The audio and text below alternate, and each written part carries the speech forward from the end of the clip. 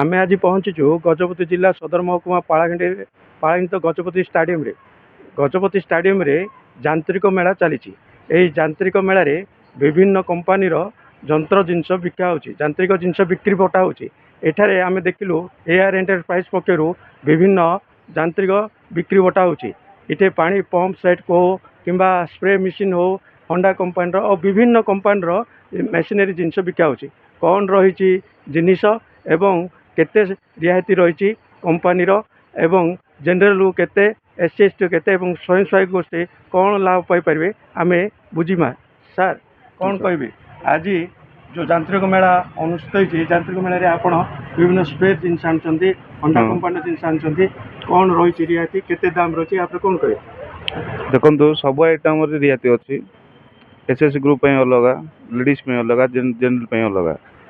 ଏବେ ଦେଖି ଧରି ନିଅନ୍ତୁ, ସେ ଗାଡ଼ି ଆମର ଗାଡ଼ି ଆଗରେ ଯେଉଁ ଗାଡ଼ି ଅଛି ସେଟା ରହିଛି ଆମର 7 HP ଗାଡ଼ି 53ର ଫୁଲ୍ କଷ୍ଟ ରହୁଛି ତାର 62,600।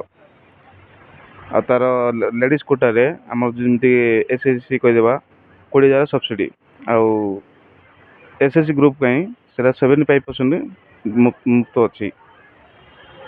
ଆଉ ରହିଲା ଆମର ସ୍ପ୍ରେ ଗୁଡ଼ା ରହିଲା, ଏଇଟା ହେଉଛି 53ର ବ୍ୟାଟେରୀ, ସେଟା ରହୁଛି ତାର 2500 ମେଳା ପାଇଁ ଖାଲି ଅଫର ରେଟ୍ଟା ତାର 2500, ନହେଲେ ବାହାରେ କିଣିଲେ ସେଟା 2800 30,000 ମଧ୍ୟରେ ପଡ଼ିପାରେ।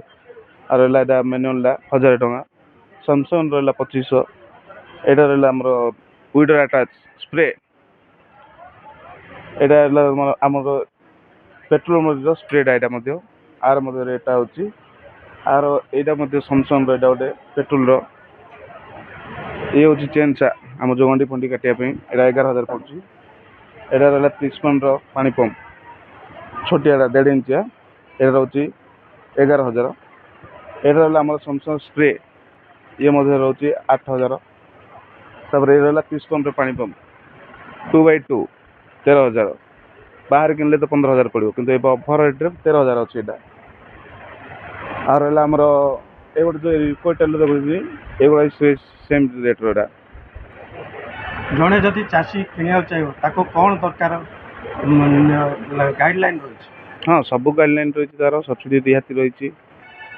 ଆଉ ମେକାନିକ୍ ବି ଅଛି, ସର୍ଭିସ୍ ବି ଠିକ୍ ସେ ମିଳିବ, କିଛି ଅସୁବିଧା ନାହିଁ। ସାର୍ ଯାହା କହୁଥିଲେ, ସାଧାରଣ ଚାଷୀଟି ମଧ୍ୟ ନିଜର ବ୍ୟବହାର୍ଯ୍ୟ ଜିନିଷ ପାଇଁ ପାଣି ପମ୍ପ ସେଟ୍ଠୁ ଆରମ୍ଭ କରି ପାଣି ସ୍ପ୍ରେ ମେସିନ୍ଠୁ ଆରମ୍ଭ କରି ସବୁ ଜିନିଷ ଏଠାରେ ବିକ୍ରି ବଟା ହେଉଛି।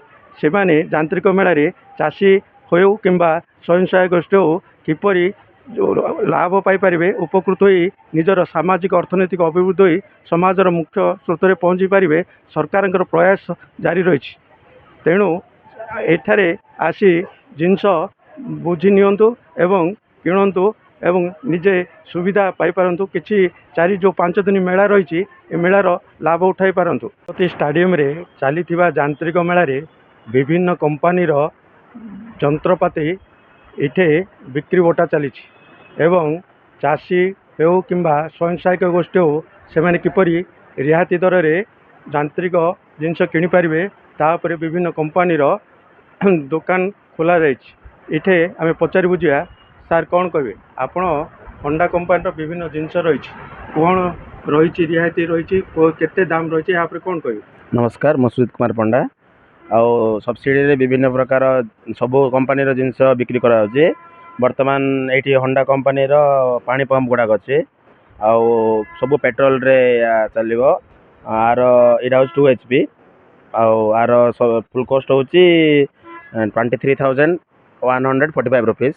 ଆଉ SC ST ଆଉ ଜେନେରାଲ ଲେଡ଼ିଜ୍ ସେଇ ହିସାବରେ କ୍ୟାଟେଗୋରୀ ହିସାବରେ ବି ସବସିଡ଼ି ରହୁଛି ଗଭର୍ଣ୍ଣମେଣ୍ଟ ତରଫରୁ। 6,000 ଟଙ୍କା ସବସିଡ଼ି ଅଛି SC ST ମାନଙ୍କୁ, ଆଉ ଜେନେରାଲ ମେନ୍ ମାନଙ୍କୁ 4,800 ଅଛି। ଆଉ ବିଭିନ୍ନ ଆର ରେଟ୍ ହେଉଛି 30,000 ଟଙ୍କା। ଏଥିରେ ବି 10,000 ଟଙ୍କା ସବସିଡ଼ି ଅଛି, ଆଉ ଜେନେରାଲ ମାନଙ୍କୁ 8,000 ଟଙ୍କା ଅଛି। ଏଇଟା ହେଉଛି 34,422 ଟଙ୍କା। ଏଥିରେ ବି 10,000 SC ST ମାନଙ୍କୁ, 8,000 ଟଙ୍କା ଜେନେରାଲ ମାନଙ୍କୁ ଅଛି। ଏଇଟା ଭଲ ହୋଣ୍ଡା କମ୍ପାନୀର ପମ୍ପ ସେଟ୍ ଲୋକଙ୍କୁ ଡିମାଣ୍ଡ ଅଛି, ଆଉ ଭଲ ବି ଚାଲୁଛି ମାର୍କେଟରେ।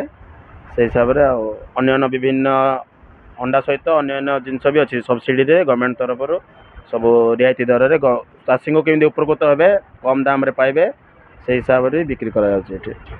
ଯାହା କହୁଥିଲେ ଭାଇ, ହୋଣ୍ଡା କମ୍ପାନୀର ବିଭିନ୍ନ ଯନ୍ତ୍ରପାତି ଏଠି ବିକ୍ରି କରାଯାଉଛି। ଯାହା ହଉ ମହିଳା ହଉ କିମ୍ବା ସାଧାରଣ ବର୍ଗ ହଉ ବା SC ST ହଉ କେତେ ରିହାତି ରହିଛି ତା ଉପରେ ନିଜର ମତ ପ୍ରକାଶ କରୁଥିଲେ। ଗଜପତିରୁ ବିବେକାନନ୍ଦ ବେହେରା, ରିପୋର୍ଟର୍ସ ଟୁଡେ।